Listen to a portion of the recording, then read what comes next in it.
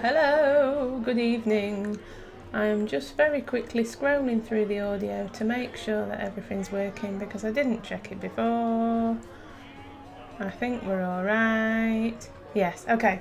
Hello! Hello, everyone. Hopefully you can hear me. Yes, I can see your audio Yeah, I know you can. fluctuating We've been chopping nicely. for an hour. No. My name's Hayley. My beautiful co-host is Michael. Hello. We were just having a bit of a whinge off air. Whinge? I don't know. The price of being a geek. Oh, I'm going to have to focus. Hang on. Whoop. Thought it was my eyes. What? I I don't know. It might be my glasses. I never know. The price of being a geek. What were you saying? Citadel Miniature Games Workshop used to cost you 50p. Purchasing my first Games Workshop miniature back in 1980, 86 or 87, something like probably 87, and it cost me 50p for a little lead miniature. You didn't lick it, did base. You? That would explain a lot, wouldn't it? I don't remember licking it. Although I still do it, I still lick the paintbrushes. Do you? Yeah, I still took the end to get a point and... Yeah. Okay. So you get a nice... Is it my glasses or am I out of focus? No, you're in focus. You get your paintbrush and you... Just get nice point on the end. I don't do it when there's paint on it. All right. Oh well. Everybody's got a hobby. So anyway, you paid 50p in 1986. Yep. And now they're about 15 quid a pop. They are. I think they're so overpriced. It's ridiculous. Can we just diverge this whinge, right? I bought my little boy, well I didn't, my partner bought my little boy a chomp. 25p. 25p for a chomp. Forget fucking Freddos. Chomp were 25p. Jesus Christ. You know, I've had them, but I've only ever sort of had them when you get them bags of all sorts, the mixture things. I don't know what the world's coming to, but there's something wrong, I'm telling you. The price of things is insane. It's everyone's after your money. I know, isn't it? But yeah, the whole Games Workshop setup is literally, well, I just think it's a fucking scam, to be honest. I mean, you pay God knows what for the models, and then they keep releasing these books. And it's not like when you buy a D&D book and they release a supplement that has extra stuff. It's like they completely rewrite the rules. So if you want to play the updated version of the game, you have to buy this new book. Oh, what a fucking scam. What a scam. I mean, I don't know if you've seen, I know your other half does a lot of 40k, but I don't know if you're more up on some of their other stuff. They did a game called The Cursed City. No, not heard of that. It was part of the Warhammer Quest line of games. It was a new game and it came out. It was sort of set in this fantasy sort of city that had been took over by the dead, and there was werewolves and vampires and zombies and skeletons. And the models for it are beautiful. They're amazing. The game they hyped it up. It's got their own website and there's a novel to go with it. And there's trailers, and it looked amazing, but it was 125 quid for the box. Yeah, houses. And because it was hyped up so much, it instantly sold out. Yeah. And I'd got a few other bits and pieces in the pipeline, so I spent my budget for that month. So it's like, I'll get it when it comes back into stock. Yeah. And they've now said they're not doing it anymore. They've pulled the game. Well, so people that pre-ordered it and didn't get it delivered in the pre-order haven't got it, and Games Workshop are going, yeah, we're done with that now. See, that's so a pisser. Are they pulling the fast one and they're going to re-release it in 4 months' time, but at like 200 quid? Yeah, I'm going to say that's like a pisser on quite a few fronts, because you want to play the game and now you're not allowed to buy it. But for all the people that have bought the game, it's like they've bought it and they've spent the money and now it's discontinued. Yeah. Yeah. Well, the game's still relevant because it's a board game, basically, the Warhammer Quest. Yeah. And it just does my noggin in when they do that. Because they did, I don't know if you're ever half talked about it, I'm sure they did something with scenery, terrain, and they re-released some 40k terrain. I think he buys stuff from different places. I'm not sure. Yeah, Games Workshop re-released this 40k terrain, and they pumped it out on their website. Pre-order this, and so everyone pre-ordered it. And then literally the day of pre-order, they changed what you were ordering, so you only got half of the stuff that was originally in the original box. And they were like, "Yeah, we've done away with these 2 shipping containers," and everyone's like, "Yeah, but we didn't order that. We thought we were getting this one." And they were like, "No, no, no." And then you look back and they've deleted it all off their website. And it's a scam. I love them, but at the same time, I hate them.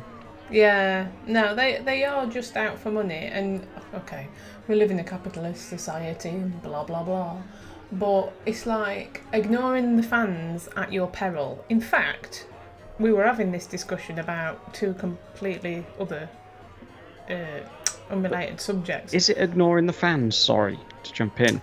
Because the fans are still buying it. I don't know. I'm sorry. I'm getting quite aggressively. I'm pointing at you with a pencil here. Point away. Point away. You don't even work for Games Workshop. No, but the fans are still buying it. They are. Well, that's the thing, isn't it? They're going to moan, but they'll still go out and buy the next one. Yeah, it's like any of this stuff. All the horrendous bitching about anything to do with Star Wars. But people will still go and see the films, so it's like, shut up, they're still making money, so I don't know. But it's like the football stuff that's kicking off. I don't really follow football, but I have an awareness because he supports Man United, so you know. And of course there was a game, was it last night I think, and it got cancelled because the Man United fans were protesting and they invaded the pitch before the game started, so they ended up cancelling the game. They were playing Liverpool. Do you know what I'm talking about? Or no, I haven't got a clue. Oh, okay. You know, because of this Super League thing that was supposed to be the European happening. thing. I thought they cancelled that. Yeah, it's been cancelled, but basically, like, the fans are already fucked off with the owners. Because they literally only care about money. It's like Manchester United is literally a commodity. They don't care if the team win or lose, it's how much money they make. I think it's a family called the Glazers, if I remember correctly. So they own Tampa Bay Buccaneers, don't they? Oh, they're like squillionaires. But it's literally a commodity that makes money for them, you know, and obviously football's such a massive thing in this country, you cannot, you know, ignore the fans. So they were protesting last night because they want to get rid of these owners. And so they invaded the pitch and the match got cancelled. So these fans are really trying to get, you know, the business side of it to fuck off, and the fan side of it to take over. I think in Germany they have a different system of ownership of football clubs. There's some sort of system where the fans own 51% of the team, and then investors own the other 49%, so that they can't do stupid shit. That's why Germany wasn't involved in this Super League thing, because the fans would never. So what you're saying is we need to go and storm Games Workshop as fans and say, stop cancelling stuff, stop overcharging, and stop changing the rules every week. Basically. But it's not going to happen, is it? So they still win. And what was the other thing? The whole cyberpunk debacle. I mean, how long was I banging on about wanting that game to come out? Oh, it looks amazing. Oh, it's going to be this. Oh, it's going to be that. And it was actually a pile of shit. And you can't resell the game now. It's like for sale for less than 20 quid. And still nobody wants to buy it because you have to have a PS5 to run it, realistically. And obviously not everybody's got PS5s yet. But it's a shit game anyway. Because I've been looking at PCs and gaming PCs and such, a lot of them use Cyberpunk as like a benchmark for the frame rates and and they all seem to test it. I think there's one section of it, they're driving a car or riding a motorbike in a city, and they sort of go, yeah, this is a high intense area, and even with these ridiculous 4 or 5 grand gaming computers, it still doesn't achieve brilliant results. I mean, the couple of times I had a go of it, it does look good. Like when you're in the car and you're driving and you're looking up at the scenery, the buildings and everything, it did look good, but the actual game itself was just crap. And you know, like your NPCs, the old, you know, barmaid cleaning the same glass idea.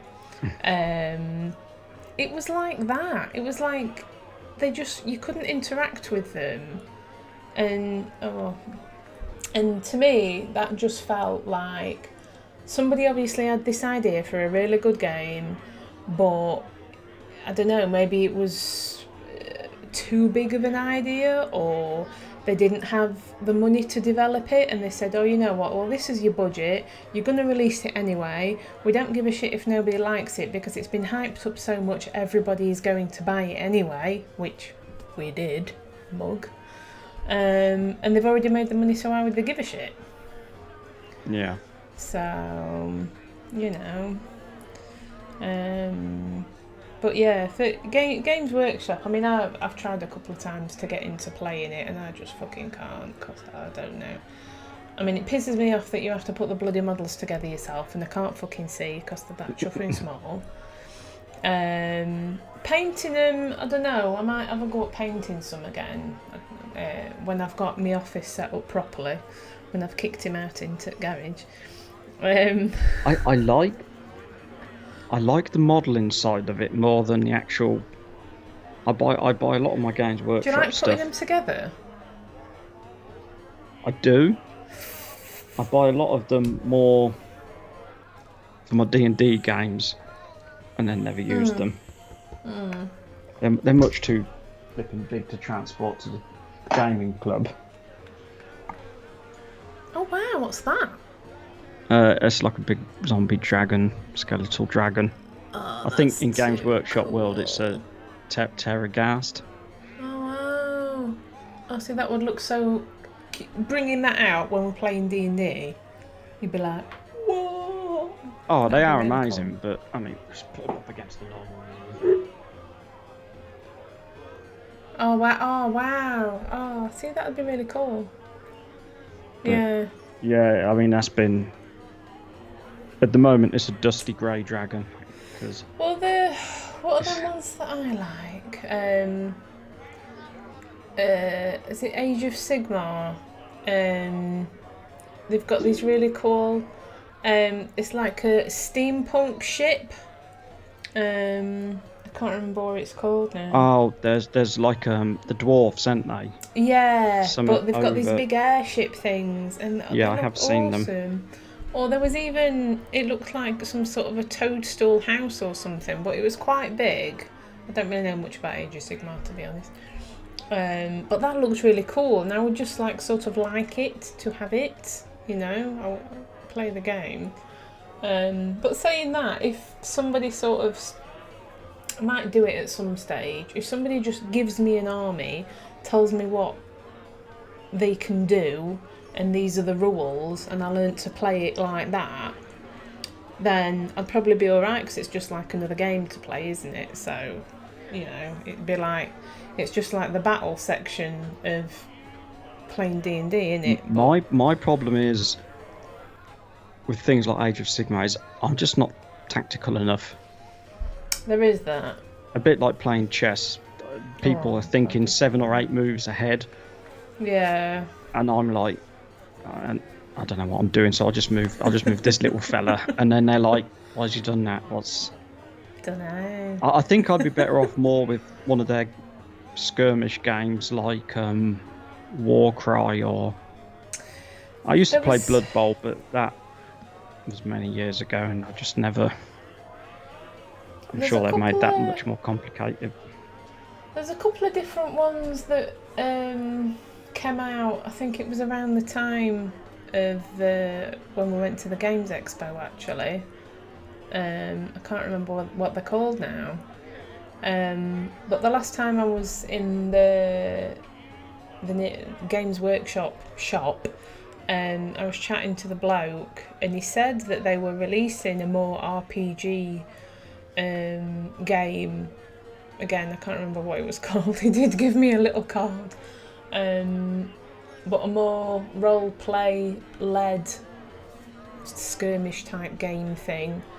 I say, give me a little flyer for it, but I never sort of followed it up because shit went down and you ain't got nobody to play it with at minutes. Yeah, you see, one of the games I picked up was Frostgrave, second edition. Yeah, you were telling me about that. Because I like the fact that in the book it just says, yeah, you can play this with any old miniatures you've got laying around. Yeah. It's not making you buy. They make their own miniatures. Or there's a line of Frostgrave miniatures, and they're like, yeah, they're pretty cool, but you don't need them. If you've got this, or if you've got some of these. I've seen them, actually. And I just thought, yeah, that's kind of cool and refreshing. It's like, it doesn't matter if the base is a round or square. Yeah. It doesn't overly matter what scale they are. Yeah. No, that is and good. Reading through the book, it is more role play like in the way the book's laid out and stuff. It's like you get a little character sheet for your army and you sort of mark it all off. And, yeah. But it's quite terrain heavy. You need quite a lot of terrain. Well, that I think it should be coming next month, actually. That game from Modiphius that I bought, 5 Parsecs from Home. That's a solo RPG. Not solo RPG. Solo game. RPG skirmish game, yeah.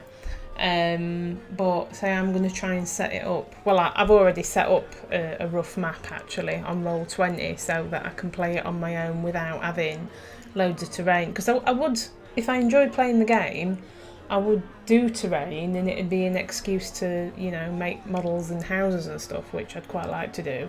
But I physically don't have anywhere to put it and it not be poured by small child hands and fucked up and everything moved. So I thought I could do that on Roll20. I think I've got the PDF version, but I can't take things in when I read it PDFs properly.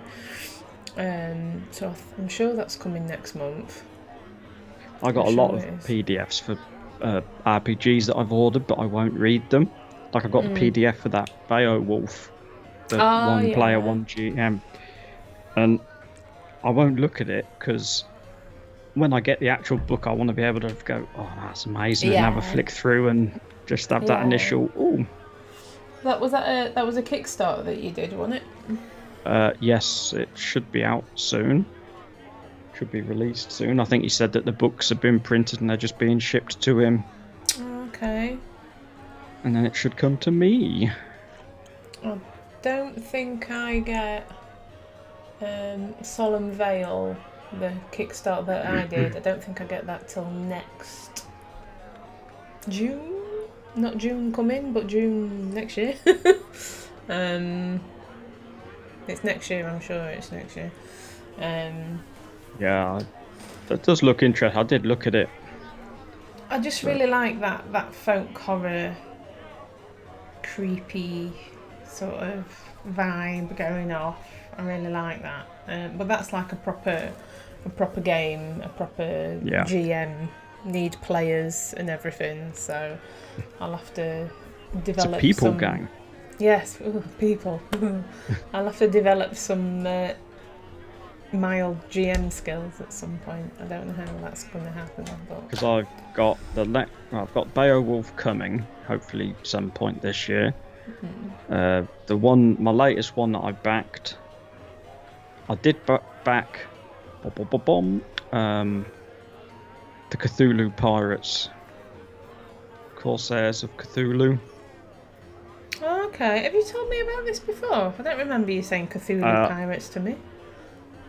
I can't remember, but I Cthulhu did cancel. Pirates. I did cancel that pledge because I've actually got I've backed the Ruins of Cymberum for 5e. Yeah. And they've put my teeth in as a rewards. They've unlocked like loads of PDF adventures. Yeah. But they've actually said we're going to release them as a single book, as an add-on. Okay. So the cost of the Cthulhu Pirates I've had to knock on to Cymberum 5e. And to be honest, I backed one of his other Cthulhu books. Yeah. I wasn't overly impressed by it. It's alright, but it's a bit Marmite-y, so I thought, no, I'll stick. I love the world of Cymberum. You'll have to remind me what that is. I think you briefly mentioned it, but You've probably seen it because I brought the original Cymberum book at UK Games Expo when we went. Oh, okay. Was that the thing in the box? Thing in the box. Book in the box. You showed me a book in the box once. No, that was Forbidden Lands. All right. No, Cymberum is it's Free League's own roleplay system. The setting is it's basically a giant forest on the ruins of an old elven city. Yeah. So the elven city was Cymberum, and then the forest of Davokar grew up over it. And then you've got these the mountains, I think they're called the Titans, that sort of surround it. Yeah. And then there's these cities scattered around. And then they get basically you got to buy a license to go treasure hunting, and then you can go and dig in Davokar Forest. And then you've got the Iron-Pact elves who don't want you digging in the forest, and then you can gain. But they've done a 5e version of it, and some of the rule system in it sounds amazing. They've done away with spell slots. Yeah. I think they said you can cast the spell anytime you want,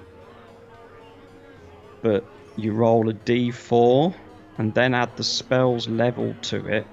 Yeah. And that's how many corruption points you get, and at so many corruption points you then become too corrupt. Yeah. It's quite a dark setting. Yeah, I think I remember reading about it online now, when people were some people, keyboard warriors, were getting a bit pissy because they'd sold out to 5e. Yes. But then other people were like, oh, they're just trying to get more people into it and, making it more accessible and that. And there's always somebody that's going to have a moan. The original systems, it depends what you want from an RPG. The original Cymberum's a good system, but it's not flawless. Yeah. And yes, D&D 5e is incredibly overpowered at times. It's also very clunky, I mean, I've only, how long have I been playing for now? 3 years. I've been playing D&D for 3 years.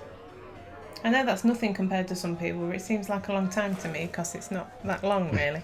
And I feel that D&D is sometimes quite clunky. There's not the finesse that I want to add sometimes of an RPG, you know. It's like this happens, especially with fighting sometimes, or before a battle begins. It's like roll for initiative and you have to do this in this specific order, and I know they need a system, obviously, but sometimes it does feel a little bit constrained, perhaps. I think some of that, though, is kind of the way we play as well. Maybe. Because I think when I took over, I did say we're going to try and speed up combat, and it seems to have got slower. It's hard, though, because, like, when I'm thinking about when we're in combat, right, I'm trying to plan what I'm doing, but also keeping an ear on what's actually happening, you know, because if I disappear into a book and then, oh, is it my go, you know. But the plan that I've come up with can literally have to alter in a second because of what somebody else has done, you know, and you're not allowed to. If it was a real life situation and I knew I was going to do something but I wasn't quite at the baddie yet, I'd be like, hang on a minute, I'm going to do this, you know, but you can't do that because you're not allowed to say anything because it's not your turn. So you've got to wait for your turn to do your shit, but it's like your whole plan could be thrown out of the water, and then it's like, well, you can't metagame and be having conversations, you know. So, but I think we're just slow as fuck anyway. I mean, what did we last Wednesday? It was like we spent an entire session racing dinosaurs in Chult, you know, which was tremendous fun. You know, we're playing Tomb of Annihilation every fortnight, and it was so much fun, and I loved it. But at the same time, it's like it was like a bit of a piss about, but it was good, you know. But as regards to playing the game and moving the story forward, I suppose it's a bit like, you know, like when you're playing Red Dead 2. And you just sort of sit back and start playing cards with somebody or something, you know, at the camp. Yeah. So. It's a game within a game. Yeah. So I suppose it depends what sort of a gamer you are, but I think, like you say, we tried to speed up fighting and encounters and that, but I don't think we certainly can't anyway, because we're just. I think a bunch of wankers. I think, to be fair, we were quicker at combat when we were in person. That definitely helps, I think. Because I only did it for a few months before we all had to move it onto line. But I think when you're there at the club and concentrating on the table at home, you can get distracted by a plethora of 100 things. Yeah. But I think we were quicker at combat when we were in person than playing it online. Oh, hang on, I've rolled that dice. I did click it, and you're waiting for someone's internet to catch up. Yeah. And it's like, oh, bloody. Yeah. And I don't trust Roll20 for them dice rolls. Do you not? No, it gives me some right weird results that you wouldn't get. It's not natural. I seem to go through phases of there never seems to be any sort of middle ground. It's either really good and then shit, and then really good and then shit, or just shit. Oh, that's a pisser, that is. You know, when you've got something really cool planned out in your head, what you're going to do, and you roll, not even something appallingly funny like a nat 1, but you just roll a 7, and it's just like, that's nothing. That's not even bad funny. It's not enough. I can't do anything with it. Now I'm just depressed. My cool move is not happening. So it's make a note. Sort out combat for Wednesday. It's not. It's hard. I mean, it's hard because I mean, I find talking about using Roll20, and like what we were just saying off air before we came on, sometimes I feel like I talk too much, and it's like you've got to step back so that everybody gets a turn. But when you can't see people's faces, you've not got that human contact of, you look like you're getting ready to say something, you look like you're planning something, or we'll wait for you. It's just like radio silence. And you don't know if somebody's just got lost in their head thinking, oh, I could do that, and they're literally about to talk, but then somebody else has gone in. So that, I mean, obviously I'm grateful that we've had Roll20 to use, or we wouldn't have been playing at all. I think the best one I ran was when I did that Halloween Call of Cthulhu online. I've forgotten the name of it, and I did it all over Discord video.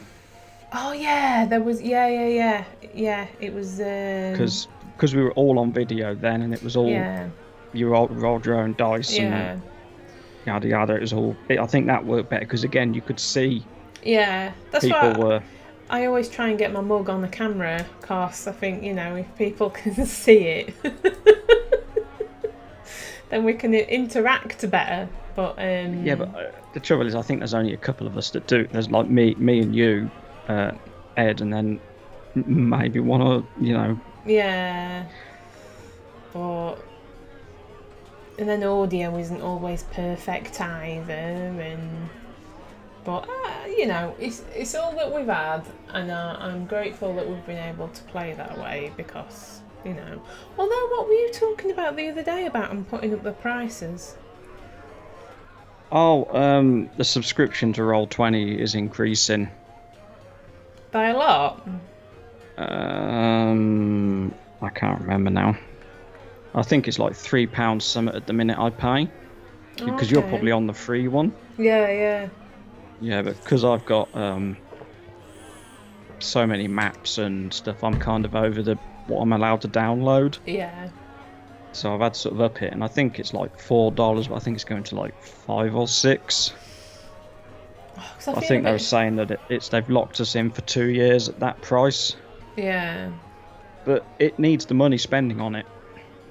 When you compare it to some of the other virtual tabletops, it's a bit pants, but... I mean, you have to say, I feel like a bit guilty about stuff like that sometimes, because it feels like it's the DM's burden to buy everything, which I feel quite guilty about, because it's like, well, you're spending all this money so that we can enjoy a game, and yeah, you've picked it and what have you, but it's like we're still playing it, and yet you've forked out for it. I always feel a bit... Yeah, but it's no different than... about that. You go, oh, I've just brought this board game. Do you want to come round and play it? Yes. And I'll go, yeah, all right then. And then I'll drink your tea in your heated house. You're drinking my tea? You what? Yeah. I'm on decaf now, FYI. Decaf tea bags. To be honest, I can never taste any difference. No, I can't taste any difference at all. I'm just trying to limit my caffeine intake. But yeah, I mean, without Roll20, we'd be screwed. Because I mean, things you have to remember as well. Things like Foundry and that are all programs that you download. I'm gonna say there's whereas one. Roll20 is browser based, so. Is it Fantasy Grounds? I always get adverts for them. Is that that's one that you download? I think, isn't it? I don't know. I know Foundry. Oh, I've lost me. Trying to sort my hair out. Yeah, but I'm sure it's Fantasy Grounds. Oh, I don't know. But you have to download it and you have to buy it. Yes, I just googled it. Does this look like my natural grey hair? I'm not naturally this grey. This is bleach with toner on. FYI. So when I tie it back, you can't see the pink. So I just look like an old lady. Can you put it as a bun on top? Huh? No. Put it as a bun on top. Do you think I talk like that when I'm an old lady? I must talk like that when I'm an old lady. I don't know why. My accent's going to go funny. So yeah, Fantasy Ground is $39. Is that a month or to buy one off? Pay once, use it forever. Oh, okay. That's not that bad then. I thought it was a lot more than that for some reason. That's the Fantasy Grounds standard, and then you've got Fantasy Grounds Ultimate. Holds the ultimate game, and players join and play for free. So I don't really know how it works. Because I think that is supposed to be really good, and it looks really good, and I think it's quite, user friendly and everything. But you've got to buy it at the end of the day. Yeah. Whereas Roll20 is effectively free unless you start getting carried away with your maps and whatever. But then that would also mean, if that's a download, that everybody else has got to download it as well, isn't it? So we can't all just hop on Google Chrome. Yeah, that was part of why I was a bit conscious. I know some of us struggle with laptop issues. Well, you tried to get everybody to download that Sirenscape thing, didn't you? And that never really came off. I downloaded it, that was good, but it didn't work. It did, but nobody signed on. Yeah. Fucking players. I know, I wouldn't mind, but I'd spent probably nearly 2 hours sorting out the sounds for this section and that section, and we all feel guilty now. All of me. The only person here. You can tell the others, Michael spent hours doing. Yeah. Oh well. I was a bit annoyed that the what was it called? Tabletop audio. We tried to use it for Alien. Yeah, that was not good. I think it was all right, but it just kept dropping out for you guys to listen, and then because I don't know if I wasn't using it enough, it just. I don't know, but if out. you've got to constantly refresh it, then there's no scary music, because it's like, is everybody logged in? Yes. Oh, bear with me a moment. Scary bit coming up. Yeah, that did annoy. That did annoy me. It's not going to work. Oh, there's a scary bit coming. He's telling us to listen to the music. But that's where it's hard as well. Is you're trying to create ambiance of scariness and ambiance. Oh, when we played in my garage Halloween a million years ago, that was so cool. Cthulhu. So cool. Yeah. I've forgotten the name of it now, and I just ran it for another group, the Necropolis. Oh, how did it go? Brilliantly. Did they get out? No. Oh. No, they didn't kill the Abomination. Oh dear. Spoilers if anyone's not played it. Yeah, they didn't kill the Abomination, and then they completely ballsed up the dynamite roll to try and blow the door off. So it brought the ceiling down on 2 of them. The Abomination then forced open the internal door, which flattened another one against a wall that was hiding behind it. And then one of the other people that came had been knocked out. He came to literally just as the monster's coming back in, because the ceiling had collapsed in the tunnel, so the monster couldn't get out. So it was walking back into its tomb, and he just came to and then got ripped in half. Good times. But no, it's brilliant. I do love that scenario. Yeah.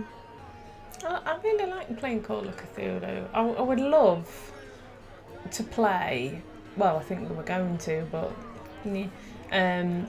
a proper full-on Call of Cthulhu campaign. Playing once a week, I think, preferably, so it was always fresh. You don't want me to have any life? No. The prep involved. No, but I'm just talking as a player. As a player, yeah, it'd be once a week, a really good campaign, and where you've got to make some really good notes, mysteries, clues. I'd love that. But... As I say, I've got, as we were going to do it for Pandemicrama, Masks of Nyarlathotep. Yeah. Or Nyarlathotep, or however you want to pronounce it. Whatever. Yeah, I do hate to think struggle. I hate to think what I've invested in that game. To I buy do. the actual books,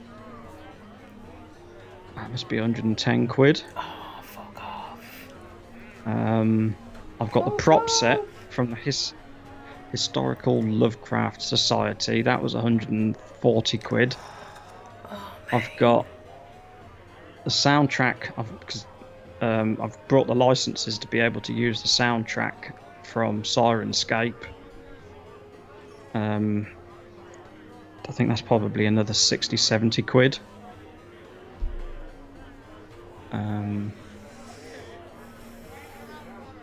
Bits and pieces with other props and stuff I brought, I bet it's probably about 500 quid. fucking hell. But hey ho. But if you ever get to run it, you're talking of probably 2 years worth of game. Oh, wow. Yeah. See, this is how I justify a lot of money that I spend on gaming stuff. Is like, yeah, £500 sounds like a lot of money, but if you said that it'd take you 2 years to play, right? How many sessions is that? So if you divided it by the amount of sessions, you know, how much so that's £250 a year, which is, what's 250 divided by 12? 2 and a bit, yeah? Yeah. I've got lost with my maths already. 2 and a bit. Is that pounds? See, this is why my head's already gone. I'm dyscalculic. Right, what were we doing? So it's £250 for the year. Yeah. So 250 divided by 12 is £20.83. alright, so that's it's £21 a month. Now obviously there's going to be some months, you know, you might miss a month or whatever. But let's say if it was, that's £10 per session. That's like a lot less than a night out, innit? Yeah. So sort of on, and this is stuff that you have and you get to keep and you could use again, you know, in the future with some other victims. You say that, the problem is things like the prop set, I haven't got it handy to show you. It's not used once, is it? There's like a police report in it, but it's sealed. It's got like an evidence seal on the file, so that you've actually got to rip it open. I could probably contact the society and get another seal. Yeah, or something like that. But because I've got passports as well for all the characters. Yeah. So as you go to like Peru and Egypt and Singapore and all the other countries, you can stamp your passport. That's cool. But it's still sort of, you know, worked out over the couple of years or whatever. It's still not that much relatively.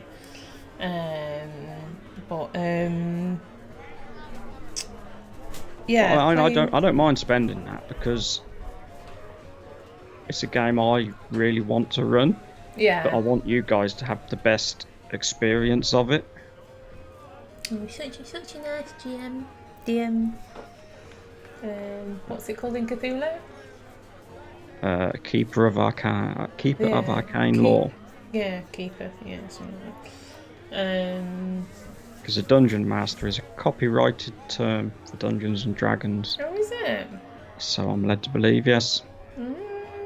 So they're like games masters for others. Yeah. Okay. Something came up on my Facebook today. Is there a Dungeons and Dragons and Magic the Gathering crossover? It was actually an advert for a new gaming shop that's opening in my town. 'Cause apparently we need another one, so somewhere else to go. Yay. Yes, I think there is. I don't think I saved the Is link. it the Summit of Theos, isn't it? Can't remember. See if I can bring it back up. I'll have a look. I'm just texting Mrs. back. Oh, you can't hear the tavern music. I've got tavern music going. Do, do, do, do, do, do. I turned it up a little bit, so hopefully it should be a bit better. What am I looking for? I can't remember. Gosh, I'm a dick and my brain goes blank after 2 seconds. Right, what am I looking for? Oh, geek. Yeah. We hope you enjoy this advert. Oh, here we are. Oh no, that's Magic the Gathering and Yu-Gi-Oh. That's not right.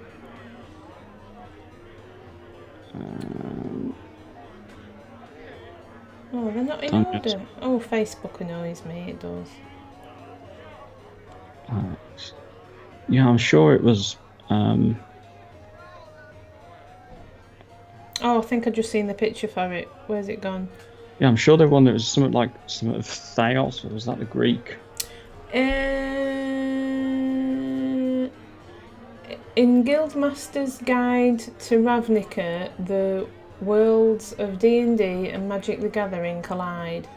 Released to coincide with Guilds of Ravnica Magic set, it's the perfect blend of story from the creators of MTG wrapped around the rules, monsters and magic of D&D.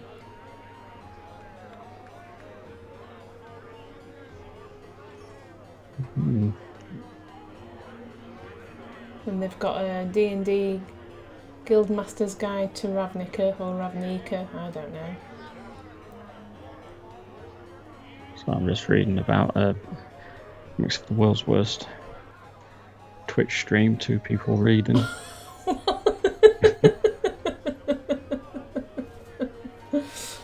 Yeah, and then what I've got is a story about D&D being used on magic cards. Oh, okay. Well, it was that Guide to Ravnica or Ravnica or however the chuff you pronounce it. I don't know. I've never got into Ravnica, never got into magic. Well, yeah, we were talking about. I mean, my little boy's only 4. Talked about this last week, didn't we? Well, we might have done. I don't know. I've got a brain like a sieve. I can talk about something 3 seconds ago and bring it back up again. Yeah, so my lad's like 4.5, so I don't think it's going to be more than a year before I can try and introduce him to maybe Pokemon or some cards. I think he'll be able to start getting the gist. I mean, he plays bloody all sorts on his iPad. He's got a fucking Warhammer game on his iPad. Warhammer cards, like Magic or Pokemon, but it's Warhammer. And he doesn't understand all the intricacies, but he's like really good at maths. So anything with numbers on, he's doing really well at. He's like fucking Rain Man or some shit. Have you read the story about the real bloke that's based on? Oh, that bloke is amazing. If it's sad, I'm not reading it. I'm having a hiatus on sad stuff. I'm just gonna talk while I Google it. Okay. It's raining. When you're British, you talk about the weather. It's been pissing it down all day today. And it's windy. Oh my god, my bins blew over and I nearly shat myself. Right, it's bin day, so I had to pull them round to the front. And I'm having my afternoon siesta, as one does when one can. And I heard this fucking almighty bang. And I'm like, and then there were another one and I'm like, and I looked out at window and both at fucking bins are like this. So I had to go out in rain and pick the buggers up. There you go. That was an incredibly boring story. It's true though. So yeah, the Rain Man's based on a fellow called Raymond Babbitt. Oh, that was his real name in the film, was it? Basically, it's autism, but they described him as a...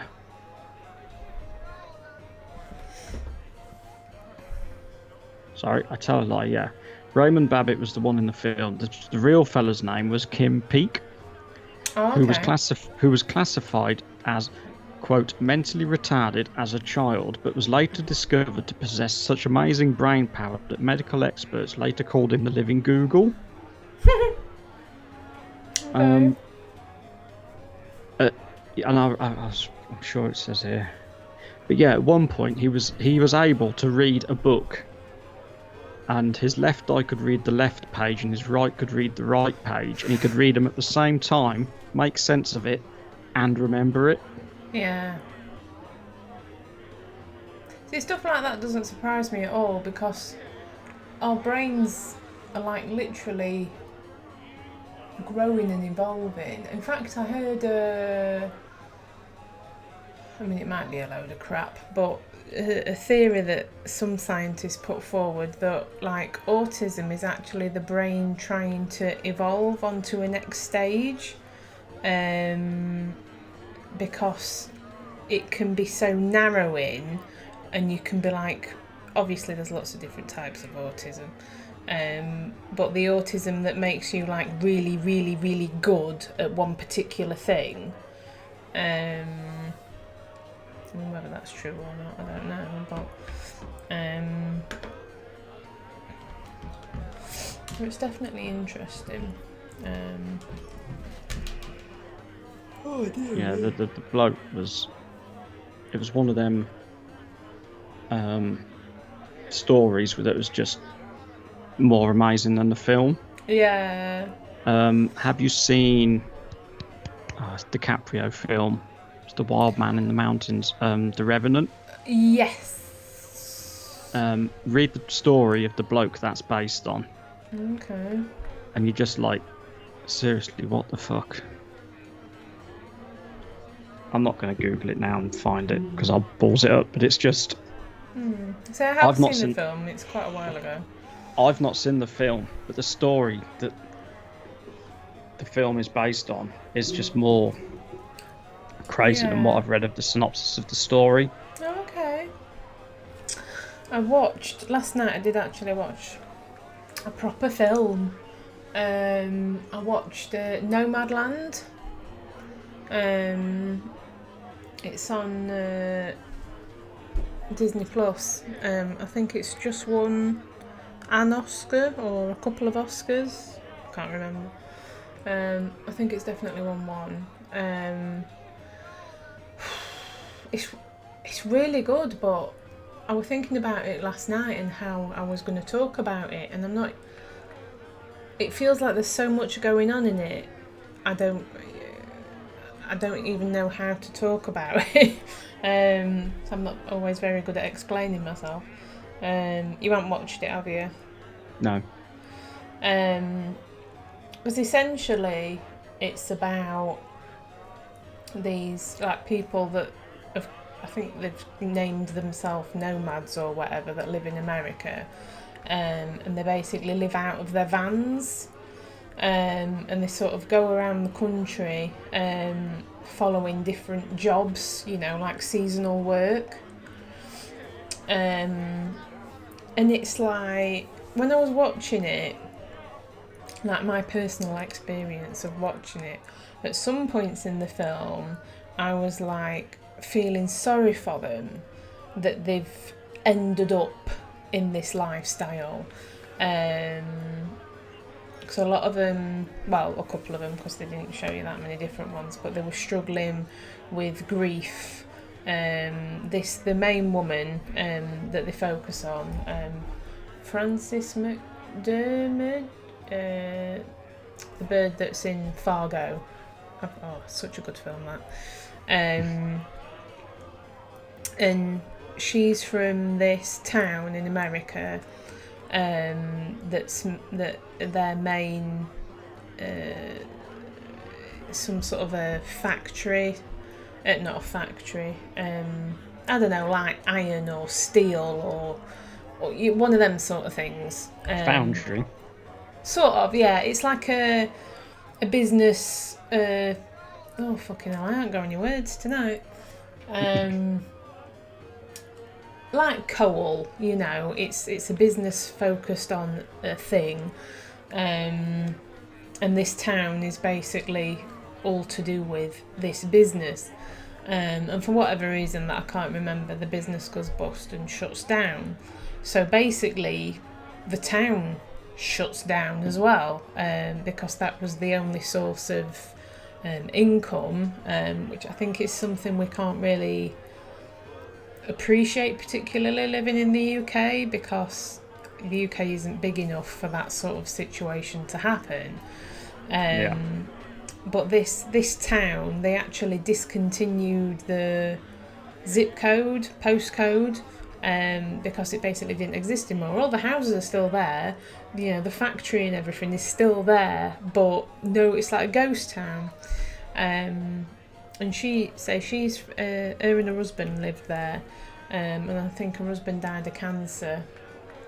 And she stayed living there for a little bit. But obviously nobody's going to buy your house. I don't know if she was renting, but that's by the by.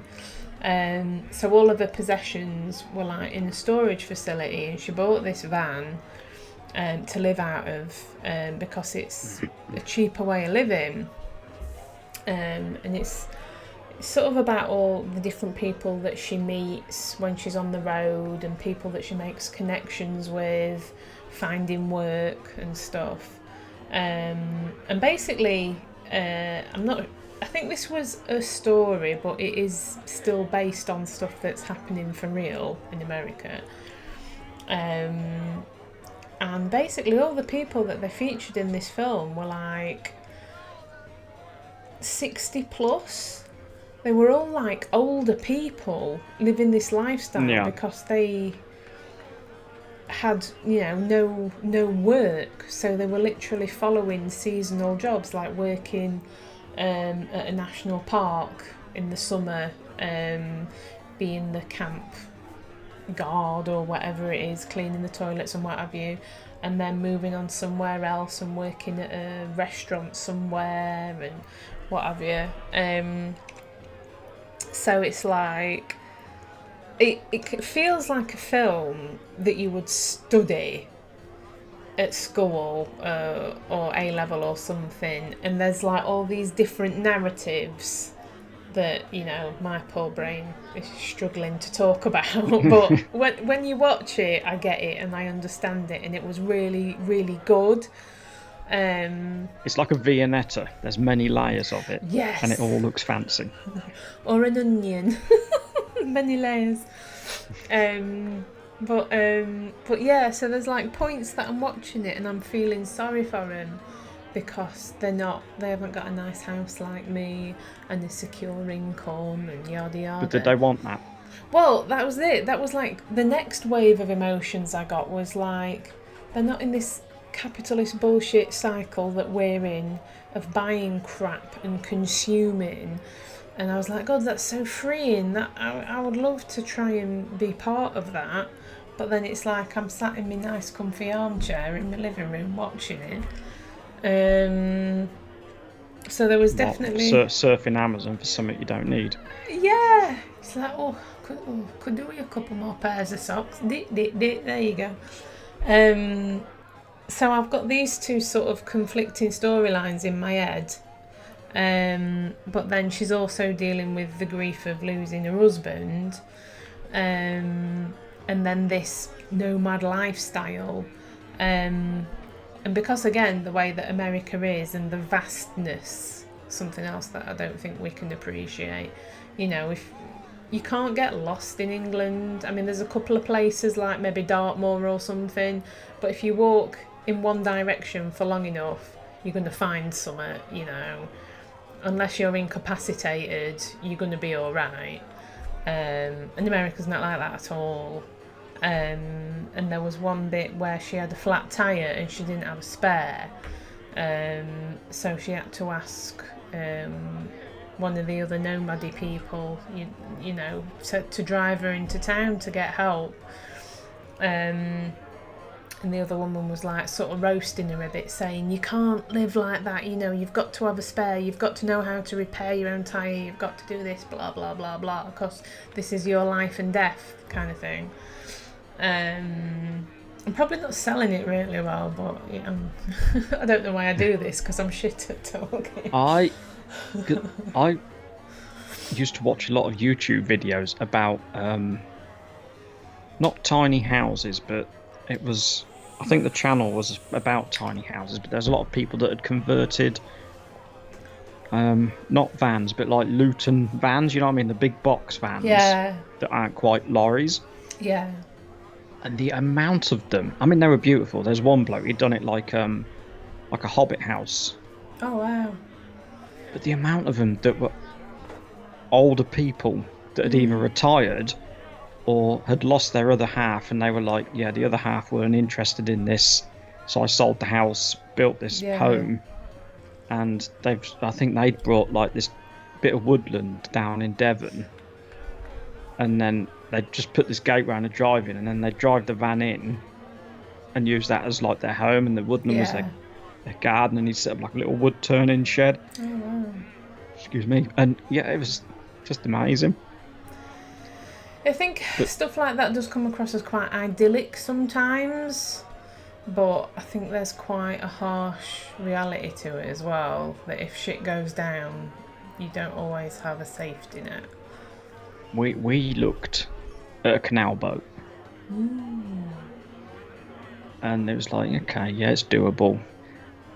But then you kind of just remember things. It's like every 3 days you'd have to go and fill up the tanks and empty tanks.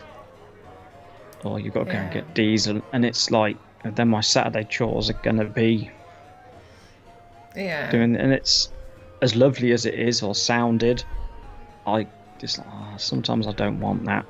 Yeah. If I've got gut ache or something, I don't want to be going, I've now got to go and empty that tank. Yeah, it's like you don't have a choice. There was a woman in Yorkshire, her name Hannah Hawkswell, I think, and she lived on a farm in Yorkshire, and I think her husband must have died or something or whatever, and she carried on running this farm on her own. There's a book about it, and there were a programme, I think, in mid-90s or something, and she basically carried on living in this farm on her own till like her 80s, I think, and you know, she didn't have a choice but to, there was no running water in the house, by the way, no electricity. She'd have to get a bucket and walk down. Was that just because it's Yorkshire? Well, maybe, you know, it's a bit rough up there, isn't it? A Winter Too Far. Oh, is that what the Hannah Hawkswell programme was called, Chris? I can't remember. Probably, yeah. Yeah, that rings a bell, actually. And because I were only young, it was something that my mum watched, so I only have a vague recollection of it. I've not seen it all myself.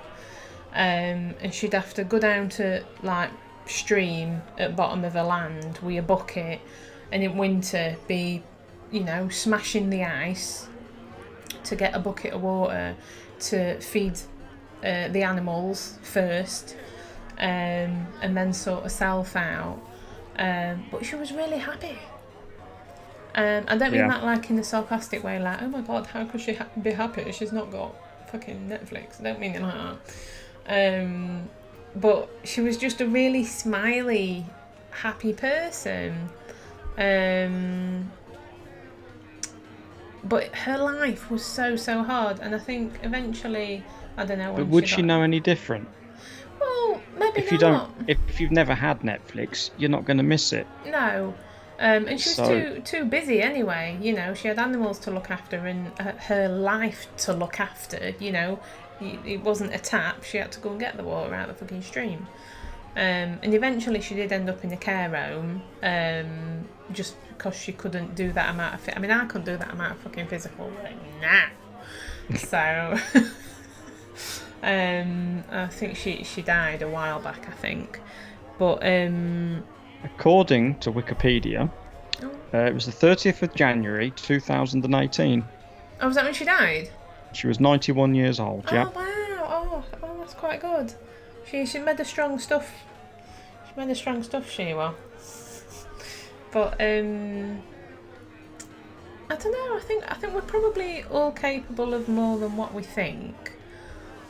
But I think in our sort of comfy little padded cells that we've built ourselves.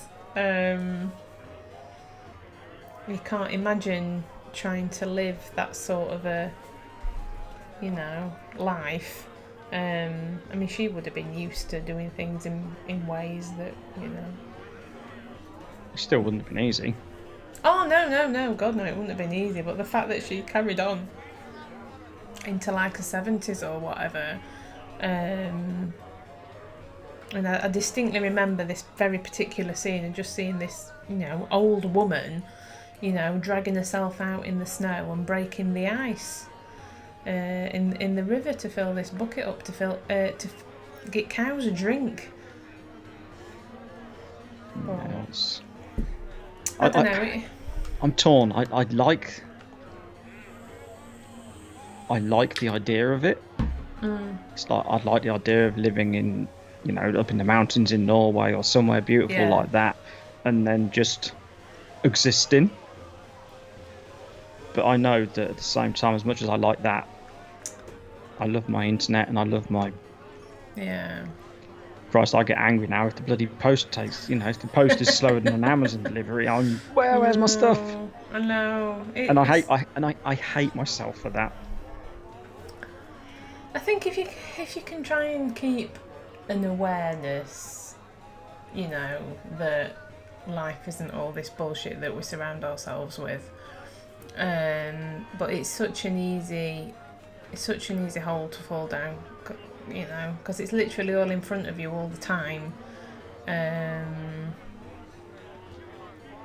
But occasionally I do get sort of whisked away in these ideas of living this off the grid type existence, but you still need to pay some sort of council tax. So it's like you can't exist without money, really.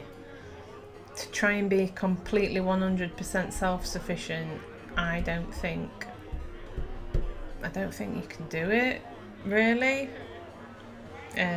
Maybe in other countries, I don't know, but there was a programme on Channel 5 ages ago, and it had, I think it was Ben Fogle presented it, and he went visiting people around UK that are trying to be self-sufficient, and they were all like, they'd done really well, but there were certain aspects of things that they just physically they still had to trade with people for things, and they tried to make it as non-cash as possible. But there were still things that, that they had to pay for. Everything, health, medicines, eye care, and probably clothes would be your biggest. Yeah, I mean, that's if you could weave, or if you wanted to knit yourself a pair of trousers or something. Within reason, you could make certain things, but if you need a pair of working trousers to work in a field, you're not really going to be able to make that yourself unless you've got the fucking machinery. I know that I'd feel too self-conscious of walking around town dressed like some medieval peasant in some sack and a pair of leather shoes that are sort of folded, and I may be saving the environment, but you'd still look a dick. Yeah. So healthcare and clothes, I think, are my biggest. Yeah. And diesel for my generator.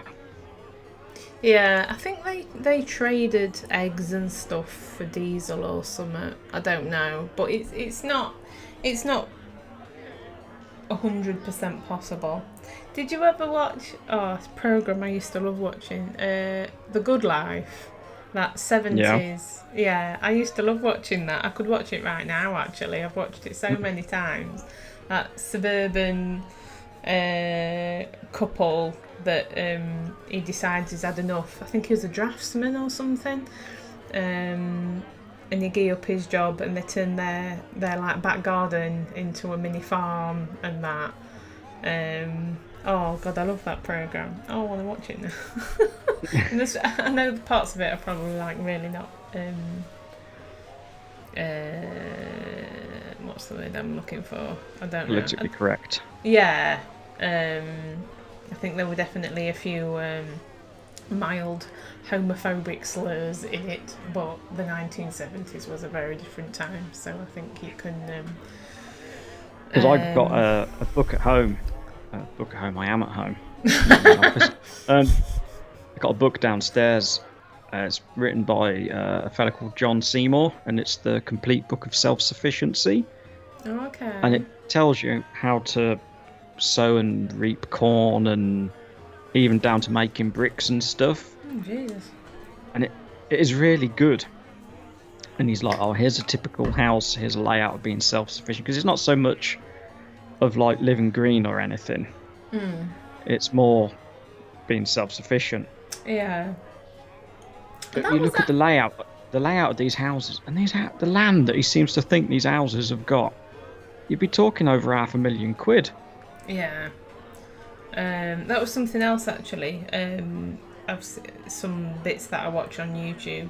There's all these people that seem to buy land in Arizona and build their own tiny little self-sufficient house, and then they've got all this land. It's like, yeah, I can't fucking do that in the UK, you know. But America's weird though, because when we went to Los Angeles, I don't know if it's the same when you went to Vegas and that, but there's great swathes of it that are unbuilt. we were only really in the actual Vegas, the centre. Yeah, there's like almost whole blocks that are just empty. Oh, okay. And I say to my mate, why is that empty? And he go, oh, the person that owns it just never built anything on it, or they tore something down and was going to build this but never did. And I just think to myself, you don't get that in London. No. It's never left just empty. It'll be sold and something else will go up. But that's just... Land's at a premium here. I mean, that's why they have bigger houses over there as well, in it, because they've just... land is cheaper. So I think you've just got the space to do more. Land's cheaper, but houses are dearer here. Yeah. Same price as what we brought our house for. We looked in Florida, and the house we stopped in Florida was double garage, 3 king-sized bedrooms, swimming pool, great big sort of open plan kitchen, diner, lounge thing. Yeah. And it was the same price as what I paid for this. But I think... And it's just like... their wages aren't as good. I think there are more. I think the minimum wage is... It depends what you do, doesn't it? Because there's lots of things about America that I don't understand. I could be spreading a load of lies here. But I know that... I think we touched on it before, but the whole service industry thing... that minimum wage doesn't come into it. There's some sort of weird thing to do with getting tips, which becomes part of your wage, which obviously is something that in the UK we're just like totally, well, I'm not going to fucking tip you unless I really want to, but it's like for service people you like basically have to, because it's part of their wage, which is like weird. I don't really understand how that works or why. And they don't get any holidays. No. That's one thing that they say that the United States, every state is different. Do you know what I mean? They got their own laws, and it does my noggin in. I mean, I know we've got like problems, but I don't know, guns in the NHS, I'd just be like, oh, you couldn't fucking pay me to live in America. Thank you very much. I do like the place though. We'll just visit and then come back. What was the other... There was another programme I used to watch that was like... Oh, River Cottage, the original. Hugh Fearnley-Whittinstall, when he first started out, was, the whole self-sufficiency business. I met him. Have you? Yeah. Oh. What did he have to say for himself? He went, oh, hello. What did you say? All right. Is that it? So we were down in West Bay, and my daughter was only little, and I had to have a pee. So my missus and the daughter sat on this bench outside this public convenience while I went in. When I had a pee, came back out, my missus was talking to, as women do with babies, another woman with a baby. That's And that was a his sweeping wife. statement. Yeah, and that was his wife. Oh, okay. And he came out from having a pee and went, "Oh, hello." And then you both went your separate ways. Yeah, he went off along the coastal path picking mushrooms, Yeah. and I went to the Greasy Spoon Cafe. And I said to my missus, "We haven't been invited for dinner. I don't want no cow stick or anything." She went, "No." No, I watched all his programs. I think I was ill or something because I downloaded them all, dodgy download, and watched 3 series back to back or something. I can't remember. They used to be on Discovery quite a lot, but the first ones were good. Yeah. Well, it Before they started got off. all It was the politically. Yeah. It was Before it the became a self-sufficiency business. stuff. Yeah. Well, he's opened quite a few businesses, hasn't he? No. But yeah, I used to like watching him.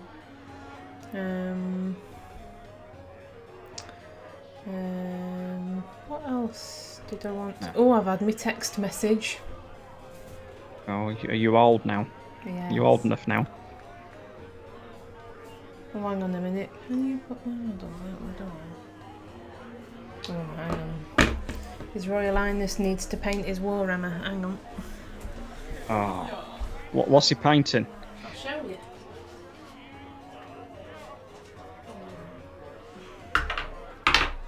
Don't drop it.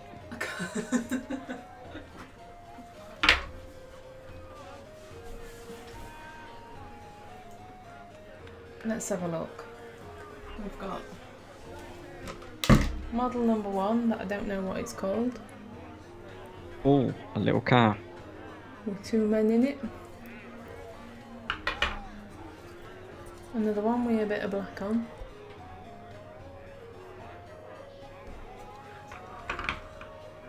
And another one. I have no idea what they are.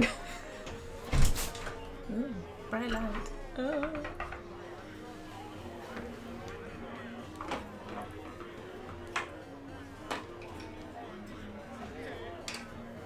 I'm going to assume that's what he wanted anyway.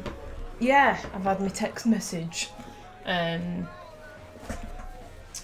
went on to website to see where nearest vaccination centres were.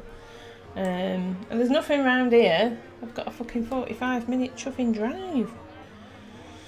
So it says they keep adding more all the time, but Did you book some? I haven't booked it yet. I think I'm gonna. Because I went on 3 times before I got somewhere closer to me.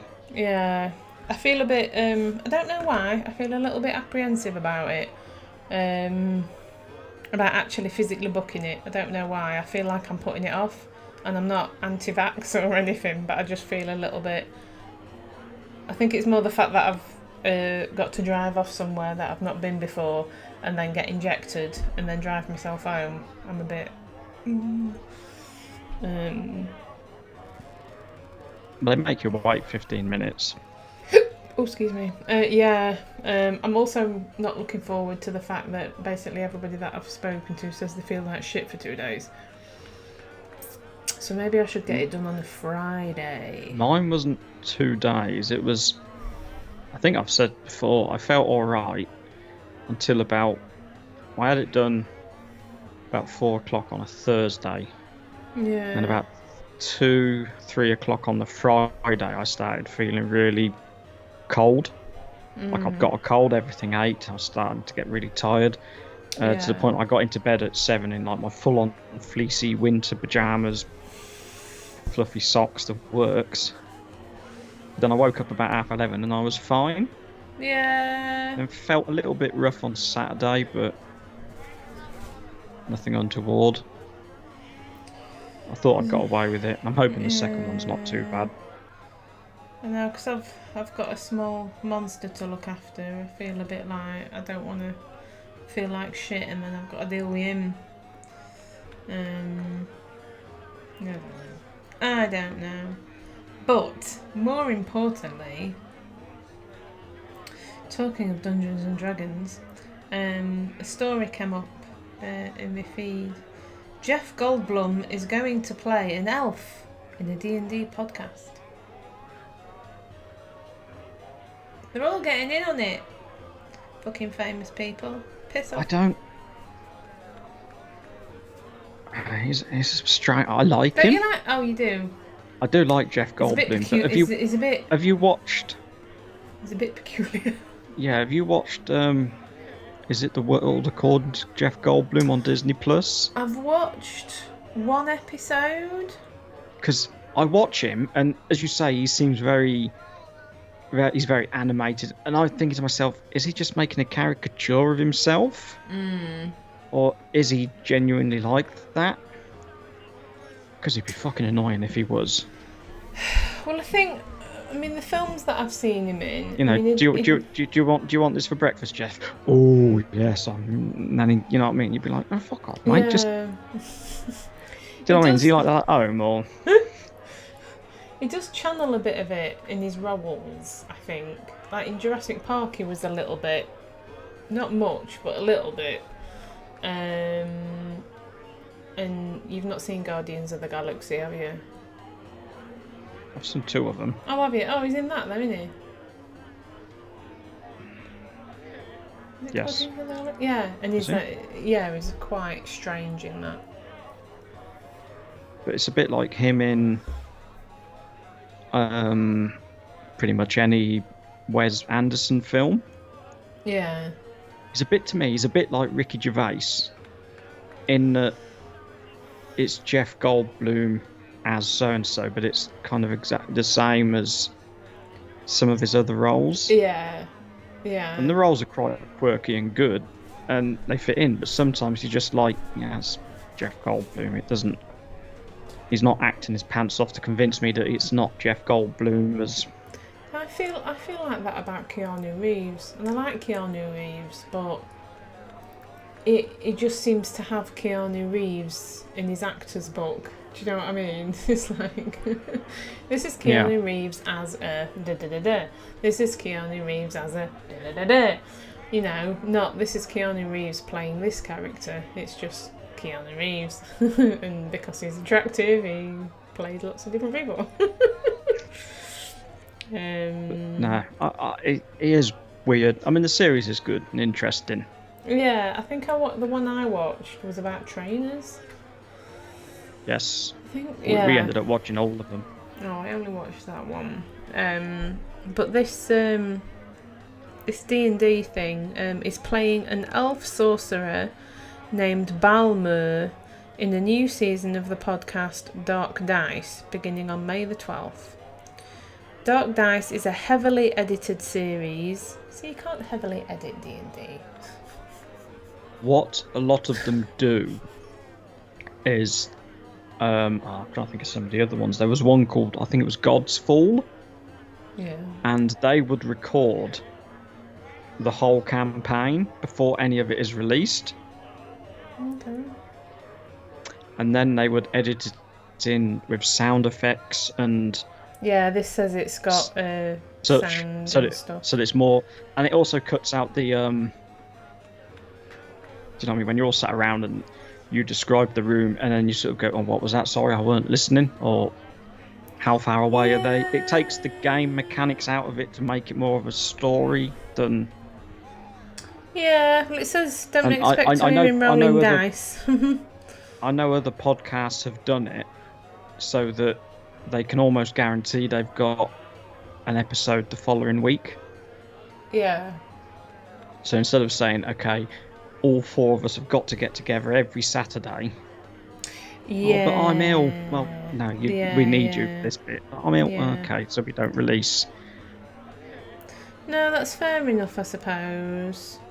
But it's like I've said before many times. I tried to watch Critical Role, and it didn't do anything for me because it's just like professional voice actors, and it just, I don't know, it just really turned me off. I'd much rather watch people that are doing it and seem real to me, and that I can play the game So the way you they're prefer my playing. DMing than Matt Yeah. Mercer, Yeah. where all my NPCs seem to end up sounding Cornish, Yeah. even when. No, I can't. It's just too professional, and I can't watch it. But say I used to watch Roll20. What were his name? That's that clue. What were you thinking? No, I'm just trying to think. I can't remember his name now. Beardy guy, pink hair. He's disappeared now because there was an unfortunate incident. Adam. Adam Cobell. That was it. Yeah, Adam he Cobell. role played something out that was a bit naughty, I do believe. Yeah. Was it a rape scene or something? I can't remember. Something like that. And yeah, it was just like he has disappeared from the airwaves. So, but I liked. I quite liked it. I quite liked what he did. Yeah. I mean, I didn't see what actually was the cause of it and that, but No. I don't think they role played what happened physically. I think it was more implied. I can't remember now. I did read it. It was a long time ago. But yeah, his channels are still up, but he's just like vanished. So, but I did like watching him DM. But yeah, I mean, I saved the story on my phone, but I don't think I'll actually bother listening to it if it's basically just a ad lib adventure, really, in a D&D setting. I don't know. Maybe I'm being a bit snobby or something. I don't know. It's not real, is it? It's not keeping it real. yeah, I don't know. We'll have a listen, see what happens. It's but yeah, you do get people join and then expect every game of D&D to be like Critical Role. Yeah. It's like, yeah, I'm not.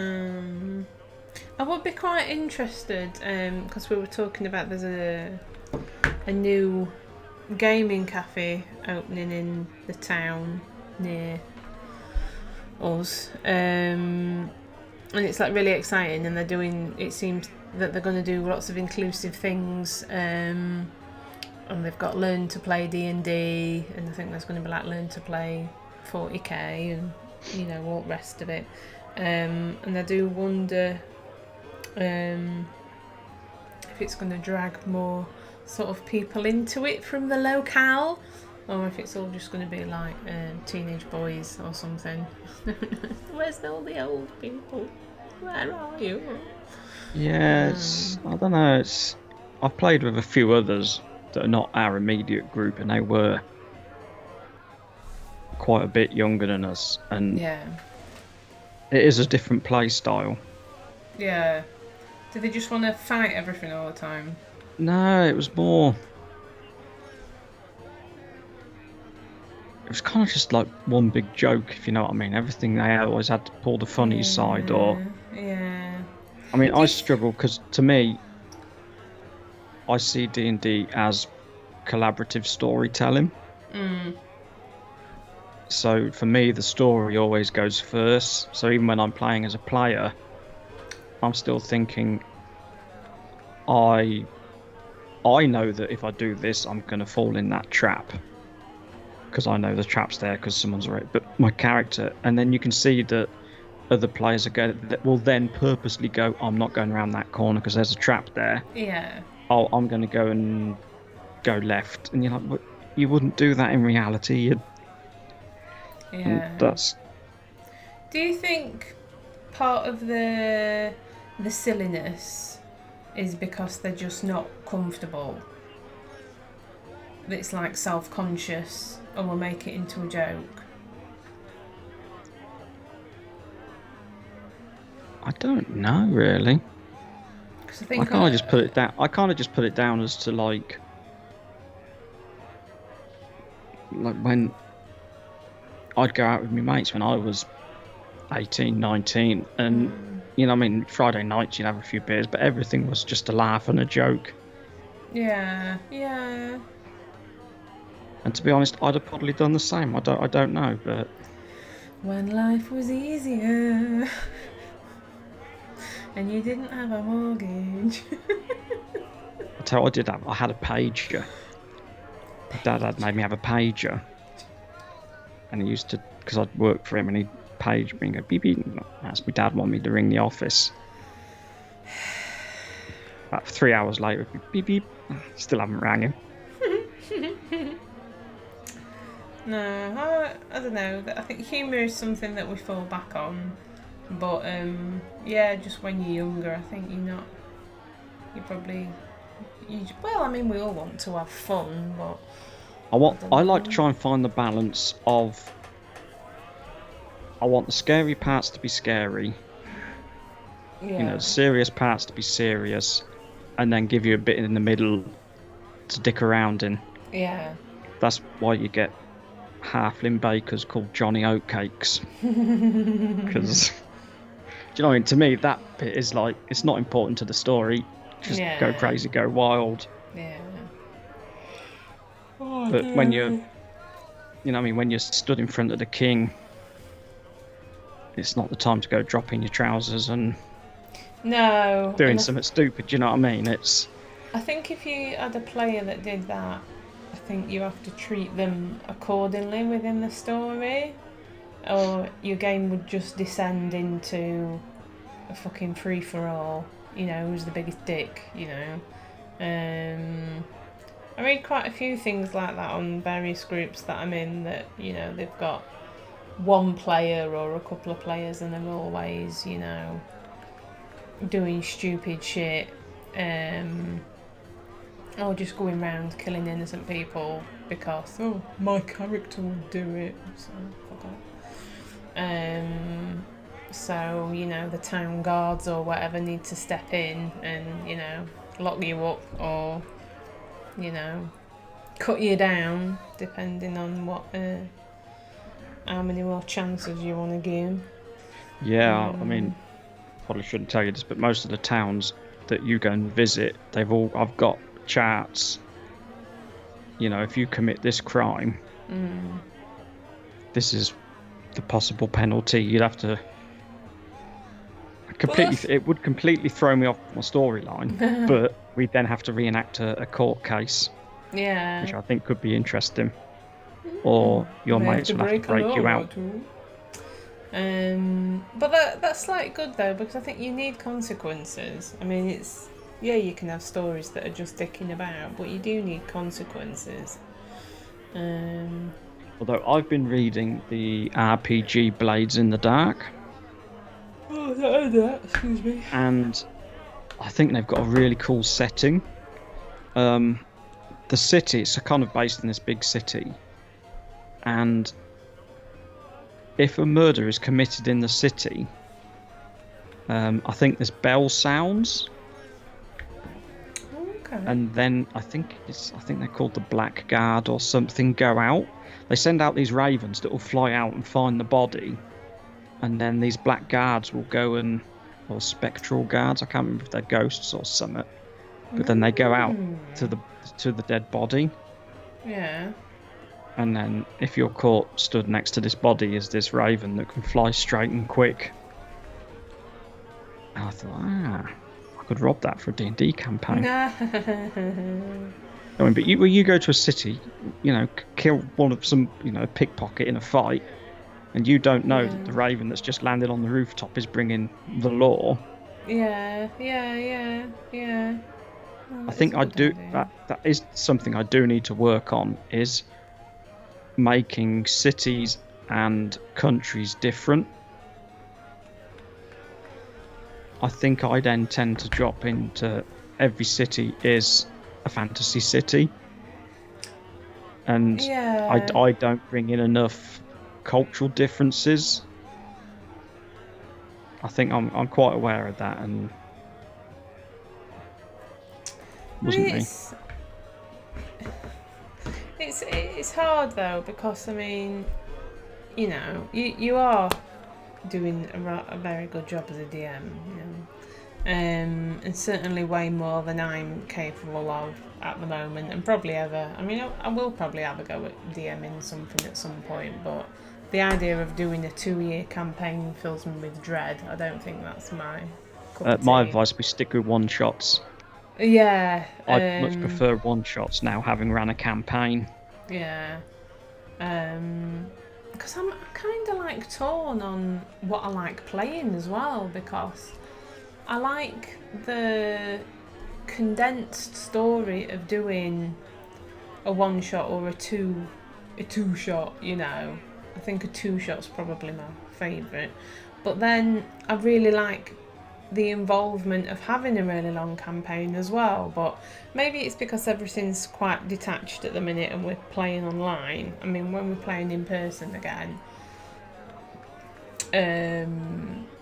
I might feel better about a longer campaign, but I really do struggle, and I don't know if I make a joke out of it, but I really do struggle sometimes remembering what the hell we're doing.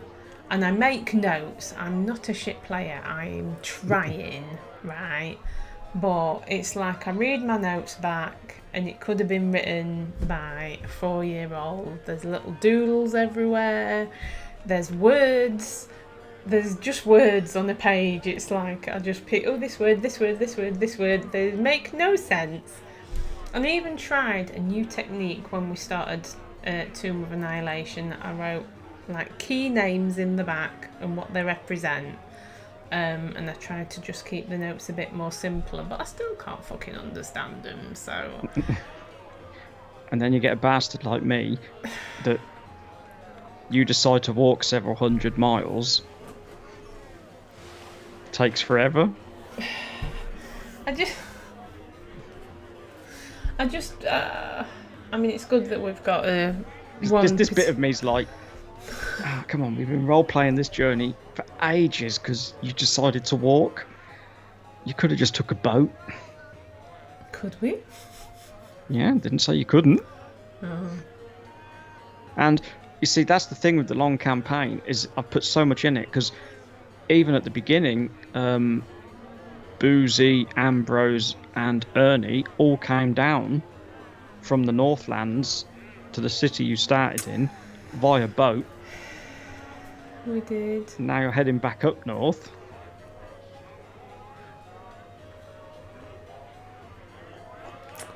Mistakes were made. I've given you so many maps and there's so many rivers on there, and you've just really like, yeah, let's walk or ride or... I think that is part of my problem though, is sort of like I can't see the bigger picture. And I can't remember the details either. So it literally just becomes a smush, and every week we play, I like need somebody to tell me what the fuck we're doing and where we're going, because I just can't seem to... I can't remember anything. I mean, don't trust the boat. What would you be doing? Chris says. Spring a leak. And I always feel like a knobhead because there's always somebody that's got to tell me what's going off. But it's not for lack of trying. just really and the things I do love about my campaign is I've put so much in that you guys have missed. Oh. And it's just like, I spent 2 hours doing this and they hadn't even fucking looked at it. My favourite one was you went and stopped at the Miss Kettle Whistle's house in the first one. Oh, in Zobek. yeah. And Basically, she was Obek's biggest serial killer, and she was disposing the bodies with the Night Soilman. Oh. But that just you never really just went over your head. There was you remember the Watchers of the Way in the fog, the two giant statues that moved. Yeah. Yeah, you all inspected the one on the right. You inspected the one on the left, but the one on the right had got this like dungeon underneath.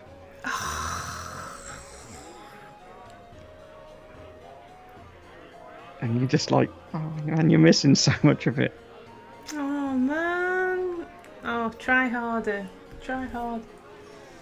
But I mean, maybe we would still miss things, but again, I think part of that's got to be Roll20, because I don't think everybody, like we were saying before about not everybody uses a camera and trying to gauge when you can talk and when you should let somebody else have a go, and you don't know what people are thinking. I think if we were playing in person, maybe things like that might be, you know, a bit better. I mean, would this have been... It might, but if you don't go and look at that statue, I ain't going to tell you it's there, am I?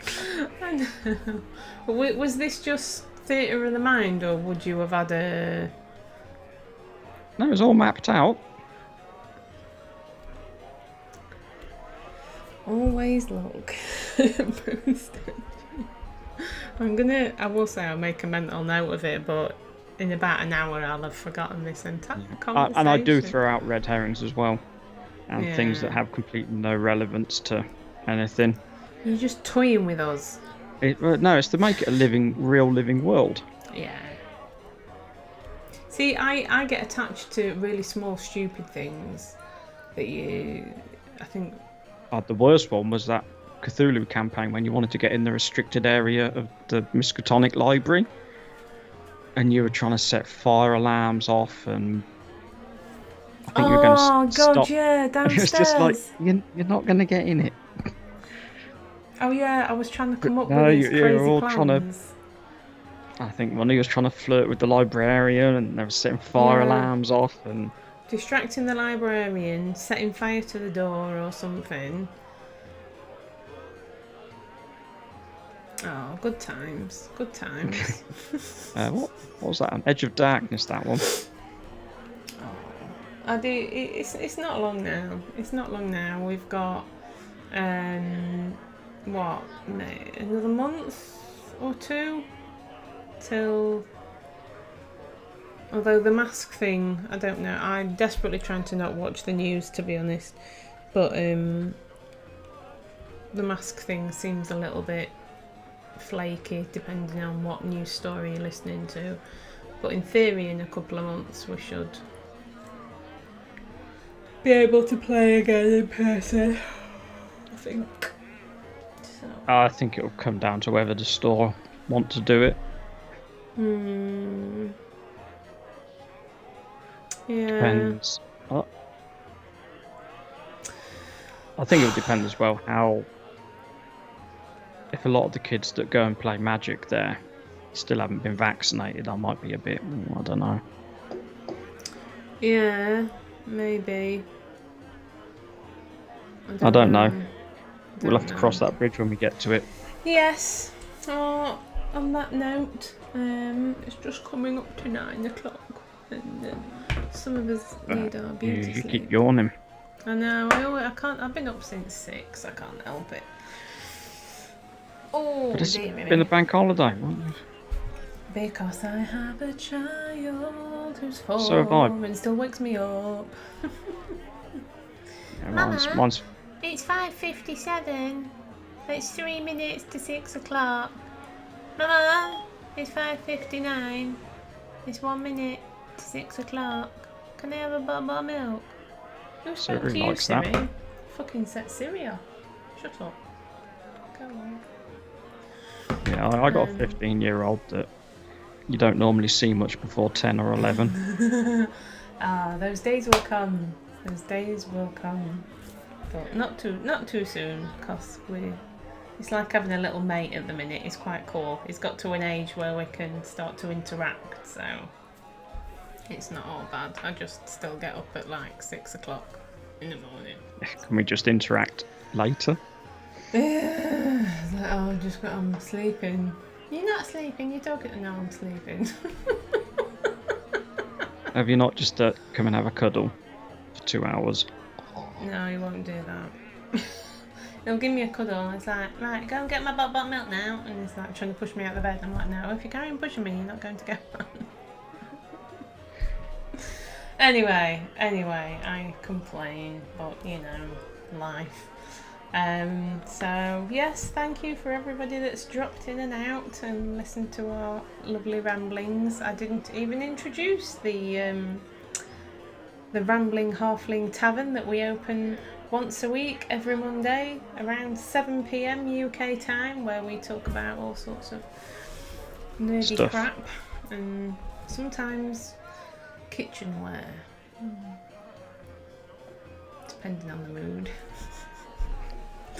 So, thank you very much.